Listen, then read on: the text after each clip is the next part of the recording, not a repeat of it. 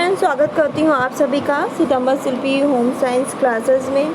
Friends, आज हम लोग पीजीटी की लाइव क्लास देखेंगे। रोज़ शाम 7 बजे आपकी लाइव क्लास हुआ करेगी।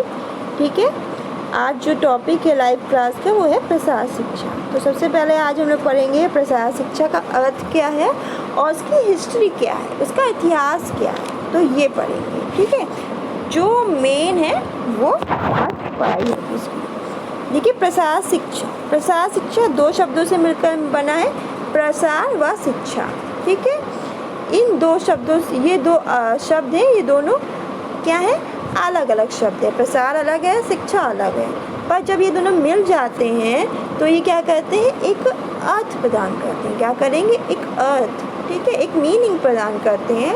जो किसके लिए, ये ग्रामीण, ये किसके लिए, आधुनिक ग्रामीण जनता के लिए, आधुनिक गांव के संदर्भ में है प्रसार शिक्षा। किसके लिए, आधुनिक गांव के संदर्भ में। तो प्रसार शिक्षा किसके लिए, लिख लीजिएगा कि प्रसार शिक्षा आधुनिक गांव के संदर्भ में, विशेषकर यहाँ से क्वेश्चन बन सकता है।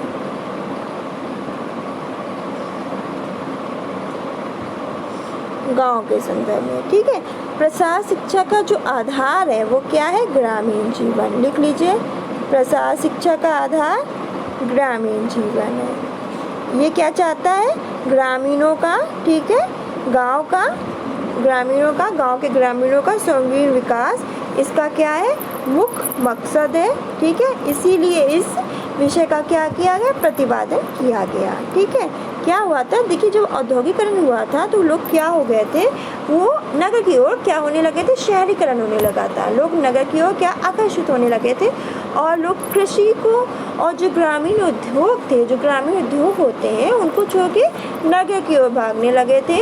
जिससे क्या हो रहा था, जिससे हमारे देश को और हमारे राष्ट्र को क्या पहुंच रही थी, हानि।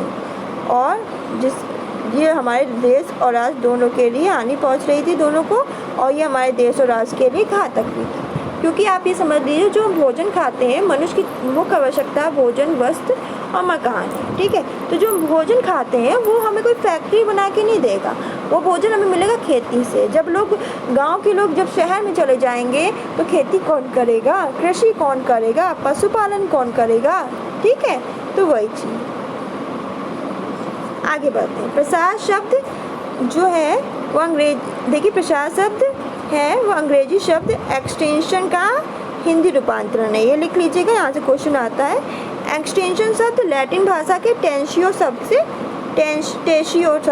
ठीक है, एक्सटेंशन शब्द लैटिन भाषा के टेशियो, ठीक है, टेशियो शब्द से लिया गया है, जिसका अर्थ है खींचना अथवा फैलाना। लिख लीजिए, यहाँ से क्वेश्चन आया है, बहुत बार आया है। और एक्स का अर्थ होता है बाहर। ठीक है, देखिए, जो प्रसार शिक्षा होती है कोई एक औपचारिक शिक्षा नहीं होती है कि कोई कि बंधा नियम कानून है सिर्फ एक पर्टिकुलर इंसान के लिए, नहीं, ये सभी के लिए। ठीक है, ये प्रौढ़ स्त्री के लिए है, प्रौढ़ कृषक के लिए है। ठीक है, ये प्रौढ़ स्त्री के लिए, पुरुषों के लिए, कृषक के लिए, सभी के लिए है। ये क्या है, स्कूल और विद्यालयों की सीमा से हटकर है, ये विस्तृत है शिक्षा, ये सभी के लिए है। ठीक है, और इसमें क्या है, लोगों को बताया जाता है कि अपनी समस्या का खुद ही समाधान करो। ठीक है, ये नहीं कि किसी कक्षा में बैठ के आप अपनी समस्याओं, अपनी सूचनाओं को डिस्कस करो, ऐसा नहीं है। ये आप अपने प्रसार शिक्षा में क्या होता है कि लोगों को अपनी समस्या और अपने विचारों को अभिव्यक्त करने की खुली आज़ादी दी जाती है। लोग अपनी समस्या बता सकते हैं, अपने विचार व्यक्त कर सकते हैं। ठीक है, साथ ही उन्हों को क्या करना चाहिए, नई नई तकनीकों को लोगों तक, जो ग्रामीण लोग हैं उनको नई नई तकनीकों के बारे में बताना चाहिए। ठीक है, नए नए उद्योगों के बारे में जो आजकल हो रहे हैं उन तक लोगों तक सूचना पहुंचाना। ठीक है, ये सब किया जाता है, उन्हें व्यावसायिक शिक्षा प्रदान की जाती है। ठीक है, और इसका जो मुख्य उद्देश्य है वो ये है कि बिना किसी संगठित स्कूल व कक्षाओं की सहायता से सूचना व विचारों को ग्रामीण लोगों तक पहुंचाना। ठीक है, तो प्रसार शिक्षा का मुख्य उद्देश्य है कि बिना किसी संगठित स्कूल व कक्षाओं की सहायता से उपयोगी जो जितनी भी सूचना विचारों को ग्रामीण लोग तक पहुंचाना है। ठीक है, ये प्रसार शिक्षा चाहती है कि लोग ना व्यावसायिक व्यवसाय में आगे बढ़े, उन्हें व्यवसाय शिक्षा दी जाए, नई नई तकनीकों के बारे में बताया जाए जिससे उन्हें कृषि करने में आराम हो। उन्हें कृषि करने में जब आराम होगा तो क्या होगा कि अच्छी क्या होगी, फसल होगी, ठीक है, उससे उनको लाभ भी मिलेगा, ठीक है। तो ये चाहता है कि जो ग्रामीण है वो कृषि करे, अच्छी पशुपालन अच्छी करे, फसलों की देख रेख की नई तकनीकों को सीखे। जो गृहिणियाँ हैं वो उत्तम गृह व्यवस्था को बनाना सीखे, बच्चों का वैज्ञानिक ढंग से पालन पोषण करना सीखे, परिवार के सदस्यों का भी पालन पोषण अच्छी तरह से करना सीखे, उन्हें पोषण युक्त आहार दें जो गृहिणी है, ठीक है। तो नई नई तकनीकों को जानना, उनके बारे में जानकारी हासिल करना, ये सब चीज़ें हैं, ठीक है। प्रसार शिक्षा क्या है? औपचारिक शिक्षा से हटकर शिक्षा है, ये कोई औपचारिक शिक्षा नहीं है, ठीक है। ये अनौपचारिक और प्रौढ़ शिक्षा का क्या है? समावेश है। प्रसार शिक्षा किसका? प्रौढ़ शिक्षा प्लस अनौपचारिक शिक्षा का समावेश है, ठीक है। ठीक है, तो इसका समावेश है। जो प्रसार शिक्षा है वो प्रौढ़ स्त्री के लिए, पुरुषों के लिए, कृषक के लिए, सभी के लिए इम्पोर्टेंट है, ठीक है।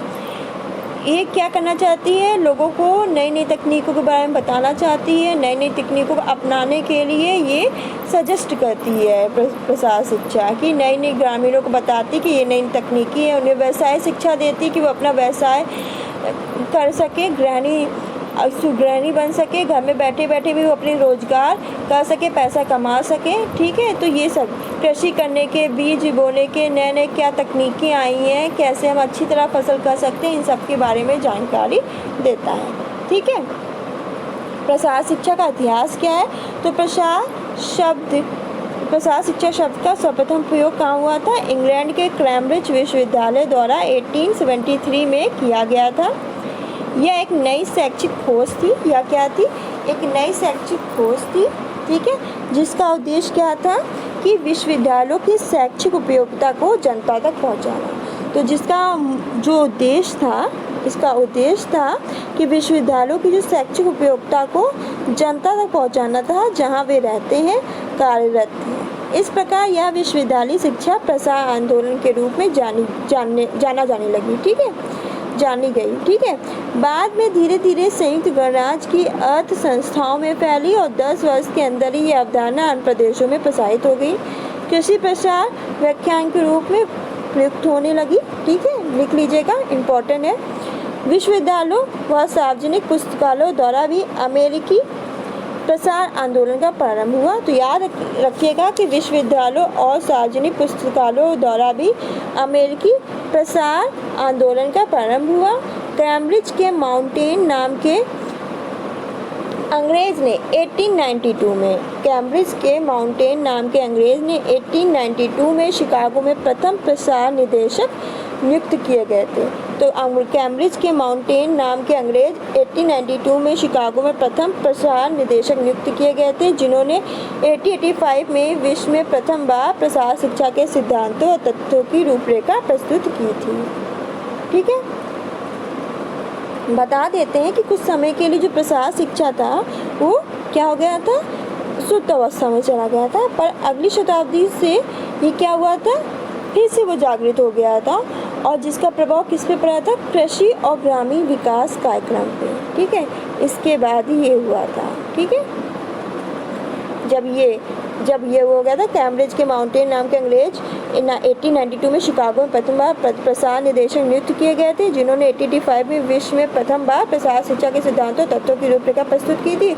उसके बाद ही ये आंदोलन कुछ समय के लिए रुक सा गया था। फिर उसके बाद क्या? अगली शताब्दी जब स्टार्ट हुई फिर से ये जागृत हो गया। उसका प्रभाव कृषि और ग्रामीण विकास कार्यक्रमों में बहुत अधिक पड़ा, ठीक है।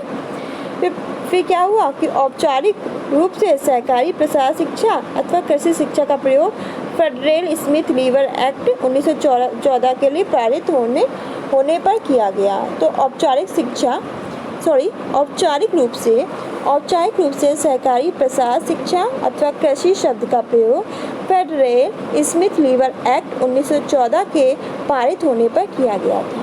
तो औपचारिक रूप से सहकारी प्रसार शिक्षा अथवा कृषि शब्द का प्रयोग फेडरल स्मिथ लीवर एक्ट 1914 के पारित होने पर किया गया था। फिर बाद में यह शिक्षा कुछ आवश्यक परिवर्तन के साथ अमेरिकी तकनीकी सहायता कार्यक्रम के साथ अन्य देशों में भी क्या प्रसारित हो गई थी। पर बाद में क्या हुआ था कि यह शिक्षा कुछ आवश्यक परिवर्तन के साथ, ये प्रसार शिक्षा है, बाद में कुछ आवश्यक परिवर्तन के साथ अमेरिकी तकनीकी सहायता कार्यक्रम के साथ अन्य देशों में प्रसारित हो गई थी। तो ये था प्रसार शिक्षा का हिस्ट्री। और आज वीडियो अच्छी लगी हो तो ज़रूर लाइक करें, शेयर करें, चैनल को सब्सक्राइब करना बिल्कुल ना भूलें। अगर आपको कुछ भी समझ में आया हो, आपको अच्छा लगा हो तो कमेंट करके ज़रूर फीडबैक दें, अच्छा बुरा जैसा भी लगा हो, ठीक है। कल इसी समय, ठीक है, 7 बजे लाइव क्लास के साथ मिलेंगे, ठीक है, पीजीटी की। तो तब तक आप लोग खुश रहिए, अपना ध्यान रखिए, ठीक है, मुस्कुराते रहिए। धन्यवाद। कल मिलते हैं नेक्स्ट टॉपिक के साथ नेक्स्ट क्लास में। धन्यवाद।